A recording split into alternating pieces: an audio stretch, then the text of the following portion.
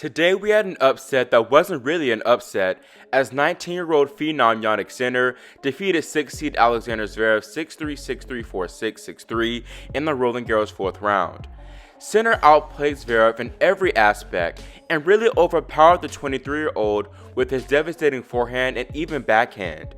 The stats have Sinner making 39 winners to 56 unforced, but a lot of the times he induced a lot of forced errors from Zverev, which could be counted as winners too. He was the one that was in control, while Zverev was far too passive and took very few risks.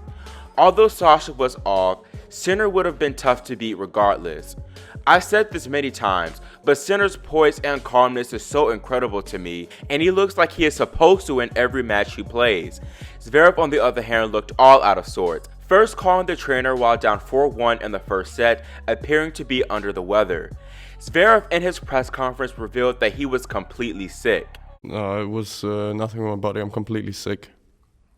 After the match of Cincinnati in the night, what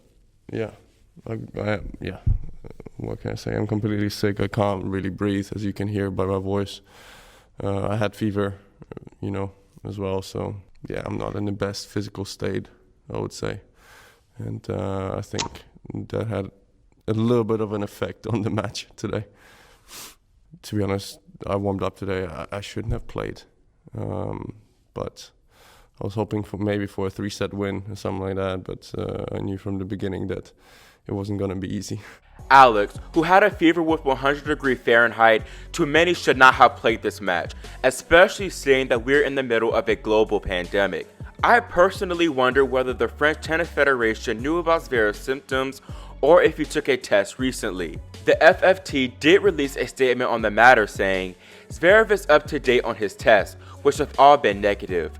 His last test was September 29th, with results received on September 30th. Today he received a reminder for his next test to be carried out within 5 days of their previous results.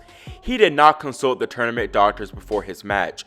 By the way, this means that it had been 5 days since Alex's last test. According to the tournament player FAQs, their medical team must be notified if a player feels ill, which Alex did not do.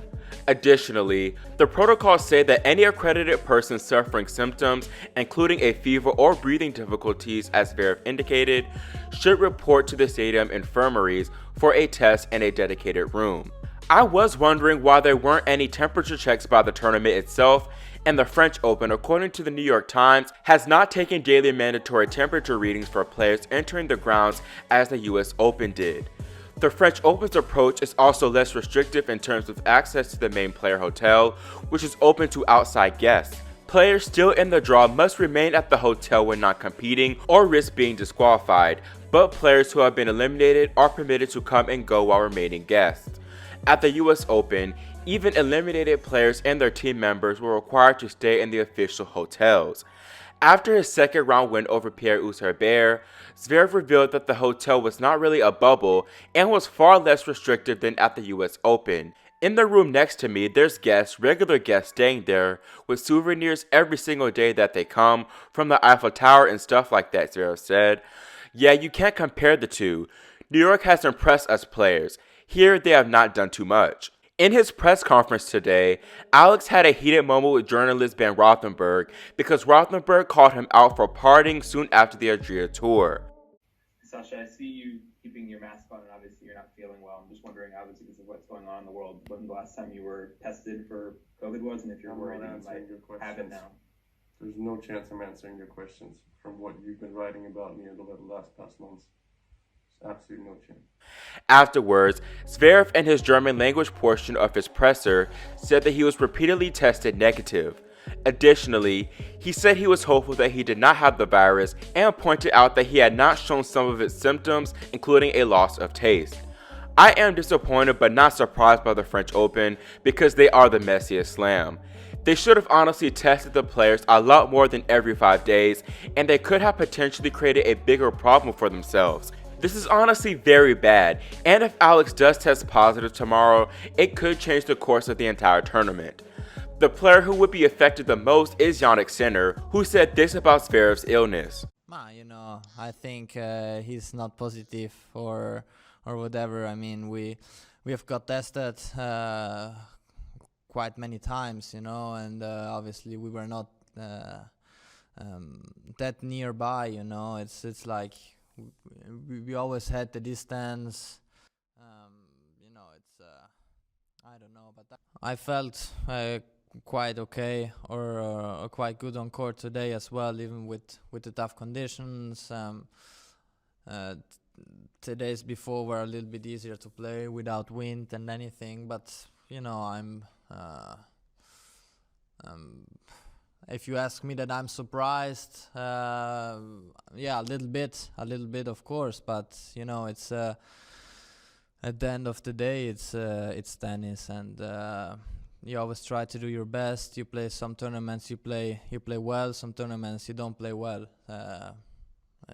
It's tennis, you know. You have to accept what's going on, and yeah, I mean, it's obviously it's great to be in quarterfinals, that's for sure. But you know, I try to play my best tennis the next match.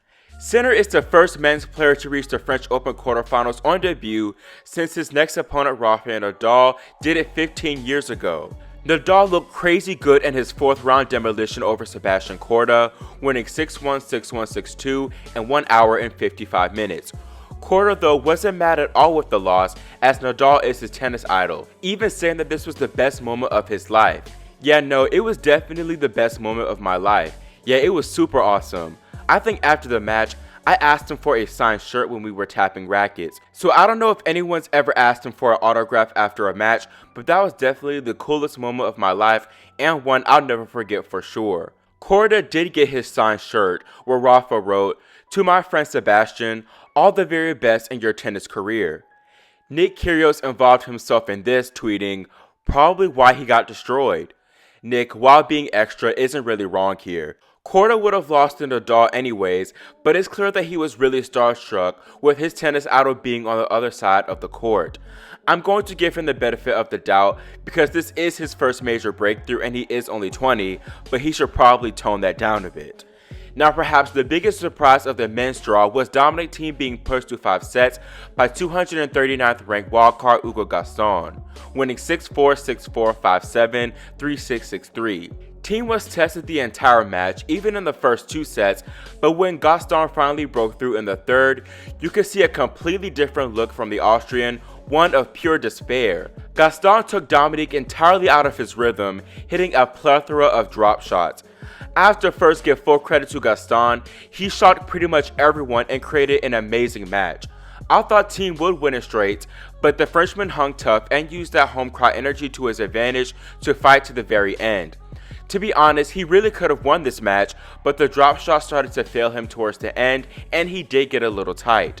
This performance was a bit concerning for me, as it exposed some minor team weaknesses in that he handles the drop shot and really mid-court balls with underspin very poorly. For many of those drop shots and short balls, he underplayed, just chipping them back, but other times he overplayed on neutral balls, pulling the trigger when he didn't need to.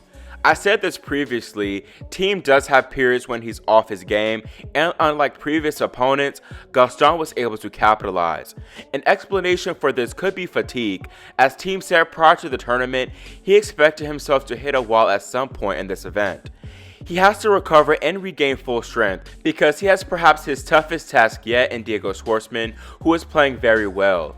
Schwartzman, who just crushed Lorenzo Sonego 1-3 and 4, hasn't lost a set all tournament. He's been playing at that same high Rome level, and the conditions here suit him greatly. Thiem actually said in his press conference post-Gaston that Schwartzman is the favorite in this match. This to me is more of a tactic to redirect pressure, but I see this going one of two ways. Either Thiem continues to play at a subpar level and loses, or Schwartzman experiences a drop in level due to this being a big occasion for him, and Thiem irons out all of his issues. I'm not sure yet of what I think will ensue, and I will probably let you all know in a preview video tomorrow. What do you think about Zverev's flu drama? Will he create a lot of problems for the tournament? Also, what are your earlier predictions for Nadal Sinner and Schwartzman Thiem?